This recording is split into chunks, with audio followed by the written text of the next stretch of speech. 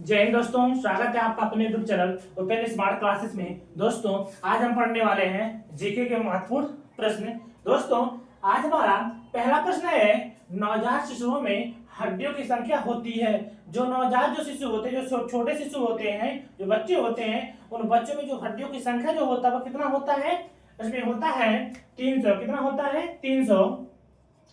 कितना? 300। लेकिन जो किशोरावस्था के जो होते हैं, पुरुष होते हैं, उनमें पाया जाता है कितना? किशोरावस्था के जो पुरुष होते हैं, यहाँ पे लिखेंगे ऐसे, मतलब पूछ दे किशोरावस्था के कितना? किशोरावस्था में हड्डियों की संख्या कितना होता है? किशोरावस्था में हड्डियों की जो संख्या होती है वो होता है 206 होता है। कितना होता है?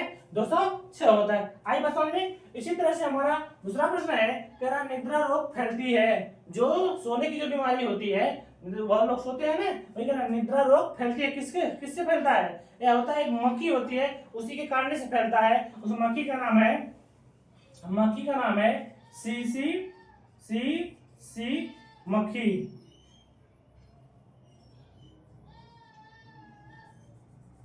सीसी में अलग है कि मक्खी, ठीक है।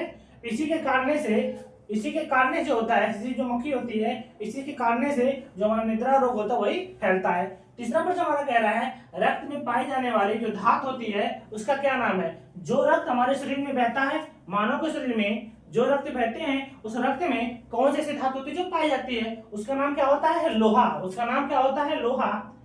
क्या नाम होता है? लोहा। उसे कहते हैं या मतलब आयरन, ठीक है ना। इसे क्या कहते हैं? आयरन कहते हैं। आई बात समझ में? निषेचन, चौथा प्रश्न हमारा है, निषेचन की क्रिया कहाँ होती है? जो निषेचन की जो क्रिया होती है वह कहाँ होती है? वह होता है कि अंडवाहिनी में। किसमें होता है? अंडवाहिनी में। इसका जो आंसर है वह होता है क्या? अंडवाहिनी में होता है। आई बात समझ में? इसी तरह आपका पांचवा प्रश्न है, तेरा मानव शरीर में यूरिया का निर्माण होता है। जो मानव शरीर में जो मानव होते हैं उनके अंग में यूरिया का जो निर्माण होता है वह कहाँ होता है? आपको ये भी पता होगा, मानव के शरीर में जो मूत्र के द्वारा जो उनका जो मूत्र निकलता है उसमें यूरिया की मात्रा होती है, तो वह पाई कहाँ जाती है? वह पाई जाता है कहाँ? यकृत में। कहाँ? यकृत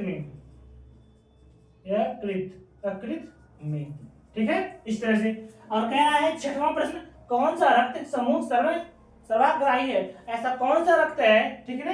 रक्त के कई ग्रुप होते हैं, उसमें से कौन सा ऐसा समूह है जो सर्वाग्राही होता है, हमें सवाल देता रहता है, उसका नाम क्या है? A B. उस ग्रुप का नाम क्या है? ए और बी, ठीक है। ये जो होते हैं सर्वाग्राही होते हैं, वह सभी को देते रहते हैं अपना जो रक्त होता है। सातवां प्रश्न है, तेरा मानव मस्तिष्क में बुद्धि का केंद्र है। जो मानव का जो मस्तिष्क होता है, मानव के मस्तिष्क का 3 भाग होते हैं। कितने भाग होते हैं? मानव के मस्तिष्क के 3 भाग होते हैं। मानव का लिख दीजिएगा, मानव के मस्तिष्क के, पूछ देगा कोई, मानव के मस्तिष्क के कितने भाग होते हैं? कितने भाग हैं? तो कह दीजिएगा कितना? 3 भाग। कितना भाग? 3 भाग, ठीक है। मानव के मस्तिष्क के 3 भाग होते हैं। पहला भाग क्या होता है? पहले भाग का नाम है क्या? मध्य, ठीक, मध्य मस्तिष्क। दूसरे का नाम, पहले का नाम है अग्र मस्तिष्क। पहले का नाम क्या है? अग्र मस्तिष्क, ठीक है ना। दूसरे का नाम क्या है? मध्य मस्तिष्क, ठीक है। और तीसरे का क्या नाम है? तीसरे का नाम है आपका, तीसरा है क्या? पश्च, ठीक है, पश्च मस्तिष्क, ठीक। मानव के मस्तिष्क के 3 भाग होते हैं। पहला कौन सा होता है? अग्र मस्तिष्क। दूसरा होता है मध्य मस्तिष्क, यहाँ पे लिख दीजिए मध्य मस्तिष्क, ठीक है।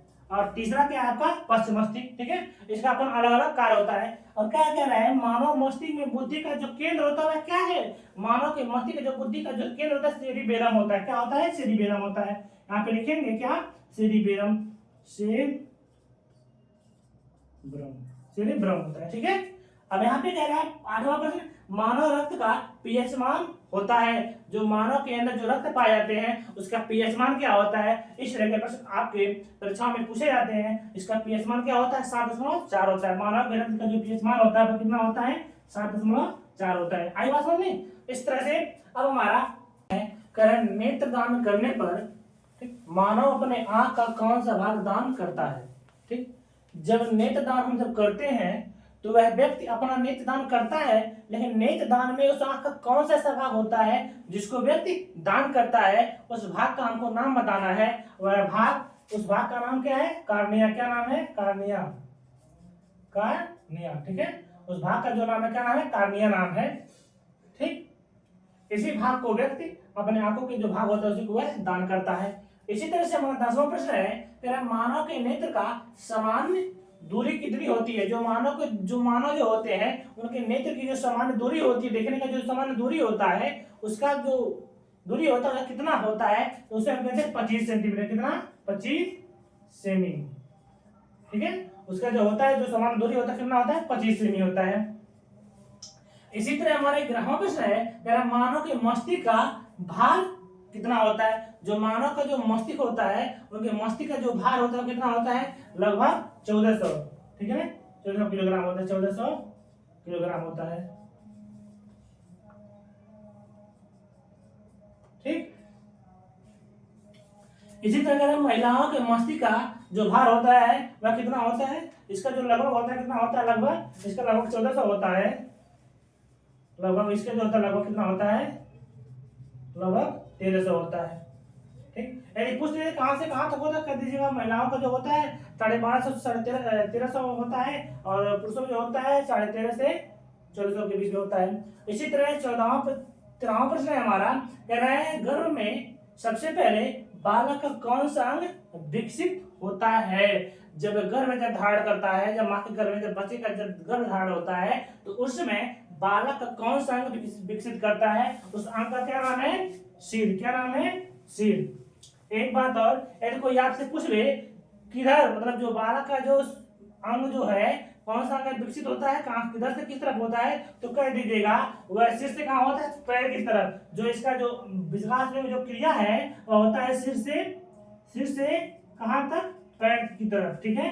जो इसकी जो कहां से कहां होता है? सिर से पैर की तरफ होता है। पहले सिर बनता है, फिर उसके बाद पूरे अंग बनते हैं, फिर उसके बाद पैर बनता है। यदि कोई पूछे विकसित तो सबसे पहले क्या होता है, तो सिर कह दीजिएगा, लेकिन जब पहले कहां से कहां तक होता है तो कह दीजिए उसमें सिर से पैर की तरफ। आई बात समझ में? 14वां हमारा है, कह रहा है मानव में कुल कितने गुणसूत्र पाए जाते हैं? मानव में कुल कितने गुणसूत्र पाए जाते हैं? उन गुणसूत्रों का नाम बताना है। तो कितना पाया जाता है? 46, ठीक है। उनकी जो संख्या होती है, मानव में कुल गुणसूत्रों की जो संख्या होता है कितना होता है? 46 होता है। ये जो आपका है इसी पर से इधर है, ठीक है, यहाँ का है। इसी तरह कह रहा है हमारा 15वां प्रश्न है, कह रहा है मानव में कितने जोड़ी गुणसूत्र पाए जाते हैं? अब कह रहा है इसमें जोड़ी, इसमें कुल संख्या पूछा था।